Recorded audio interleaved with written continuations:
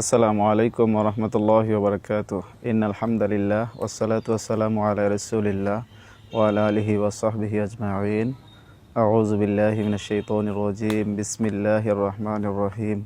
ওয়াল ফাজর ওয়া লায়ালিন আশর। সাদাকাল্লাহুল আযীম। আল্লাহুম্মা সাল্লি ওয়া সাল্লিম ওয়া বারিক আলাইহি। দূরের এবং কাছের যে যেখান থেকে এই মুহূর্তে আমাদের সাথে সম্পৃক্ত রয়েছেন সবাইকে জানাই আন্তরিক মোবারকবাদ। নিঃসন্দেহে পবিত্র জিলহজ মাসের 10ম তারিখ আমাদের জন্য একটি গুরুত্বপূর্ণ ইবাদতের দিন। জিলহজ মাসের 10 তারিখ পবিত্র ঈদুল আজহার দিন। এই দিনের সবথেকে গুরুত্বপূর্ণ ইবাদত হচ্ছে কুরবানি করা, যেটাকে ইয়ামুন নাহার বলা হয়েছে। এই কুরবানির দিন যেরকম ফজিলতপূর্ণ আমাদের কাছে, তার আগের 9 দিনও অনেক গুরুত্বপূর্ণ এবং ফজিলতপূর্ণ। আমরা অনেকে জানি এবং অনেকে জানি না, কিন্তু আমরা এই বাকি 9 দিন এর আমল থেকে আমরা অনেক সময় গাফেল থাকি। আল্লাহ তাআলা পবিত্র কোরআনুল কারীমে ইরশাদ করেন, ওয়াল ফাজর ওয়া লায়ালিন আশর, শপথ ফজরের, ওয়া লায়ালিন আশর, এবং লায়ালিন আশর দ্বারা তাফসীর ইবনে কাসিরের মধ্যে উল্লেখ পাওয়া যায়। এই আয়াতের ব্যাখ্যায় বলা হয়েছে যে লায়ালিন আশর অর্থাৎ 10 রাত্রির কসম। এই 10 রাত্রি বলতে জিলহজ মাসের প্রথম 10 দিন বোঝানো হয়েছে। সুতরাং আল্লাহ তাআলা যখন কোনো কিছুর শপথ করেন তখন নিঃসন্দেহে বুঝতে হবে সেটি অত্যন্ত গুরুত্বপূর্ণ। নিঃসন্দেহে হাদিস শরীফের মধ্যে আছে, সাহাবায়ে কেরামকে উদ্দেশ্য করে নবী করিম সাল্লাল্লাহু আলাইহি সাল্লাম বলেছেন, মা মিন আইয়ামিন আল আমালুস সালিহ, এমন কোনো দিন নেই, ফিহিন্না আহাব্বু ইলাল্লাহি মিন হাযিহিল আইয়াম, এই জিলহজ মাসের প্রথম 10 দিনের নেক আমল অপেক্ষা আল্লাহ তাআলার নিকট অন্য কোনো দিনের আমল এত পছন্দনীয় নয়। সুতরাং সাহাবা একরাম জিজ্ঞেস করেন, ইয়া রাসূলুল্লাহ ওয়ালাল জিহাদু ফি সাবিলিল্লাহ, এমনকি জিহাদও কি আল্লাহ তাআলার রাস্তায় করা এর থেকেও কি গুরুত্ব বেশি? তখন নবী করিম সাল্লাল্লাহু আলাইহি সাল্লাম উত্তর দিলেন, ওয়ালাল জিহাদু ফি সাবিলিল্লাহ, হ্যাঁ, জিহাদ থেকেও আল্লাহ তাআলার কাছে এই জিলহজ মাসের প্রথম 10 দিনের গুরুত্ব অনেক বেশি।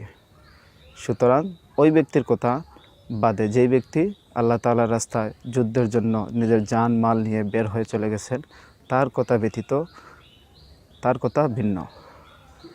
এর জন্য আমরা এই হাদিস থেকে জিলহজ মাসের গুরুত্ব সম্পর্কে বুঝতে পারি। অন্যত্র হাদিস শরীফের মধ্যে উল্লেখ আছে যে আফদালুল আইয়ামিদ দুনিয়া আইয়ামুল আশর, দুনিয়ার মধ্যে সর্বোত্তম দিনসমূহের মধ্যে সর্বোত্তম দিন হচ্ছে যে জিলহজ মাসের প্রথম 10 দিন। এই হচ্ছে জিলহজ মাসের ফজিলত, কোরআন এবং হাদিস থেকে আমরা জানলাম। সুতরাং এই 10 দিনে আমাদের করণীয় কী?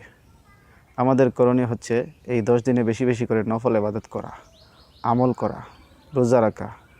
নবী করিম সাল্লাল্লাহু আলাইহি সাল্লামের আমলের দিকে যদি আমরা তাকাই, তাহলে নবী করিম সাল্লাল্লাহু আলাইহি সাল্লাম জিলহজ মাসের প্রথম 10 দিন রোজা রাখতেন, অর্থাৎ ঈদুল আজহার পূর্ব দিন পর্যন্ত রোজা রাখতেন, নফল রোজা।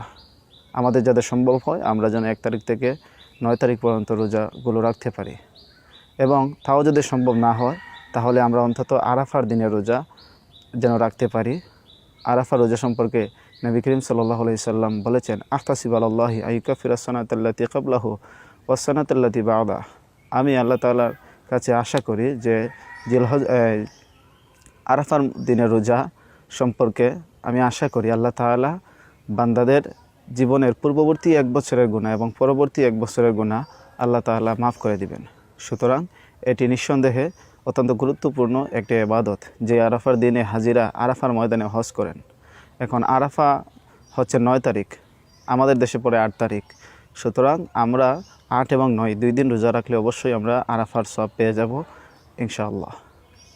তারপরে এই প্রথম 10 দিন এর মধ্যে নবী করিম সাল্লাল্লাহু আলাইহি সাল্লাম তিরমিজি শরীফের মধ্যে হাদিসের মধ্যে পাওয়া যায় যে নবী করিম সাল্লাল্লাহু আলাইহি সাল্লাম ইরশাদ করেছেন, যারা কুরবানি করবেন, যেই ব্যক্তিরা কুরবানি করার জন্য উদ্দেশ্য করেছেন, নিয়ত করেছেন, তারা যেন জিলহজ মাস আসার পরে প্রথম 10 দিনের ভিতরে কুরবানি দেওয়ার আগ পর্যন্ত নিজের চুল, দাড়ি, গোঁফ এগুলো যেন না ছাটান বা না কাটেন, বিশেষ করে এই 10 দিন।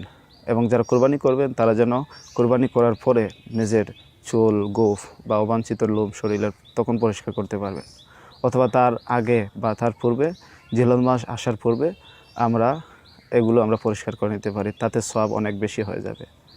এখন তাছাড়া আমরা অন্যান্য ইবাদতের মধ্যে আমরা আল্লাহ তাআলার বেশি বেশি করে জিকির করতে পারি, আমরা দান সাদকা করতে পারি। এই সমস্ত ভালো কাজের মধ্যে আমরা এই 9টা দিন যেন অতিবাহিত করতে পারি।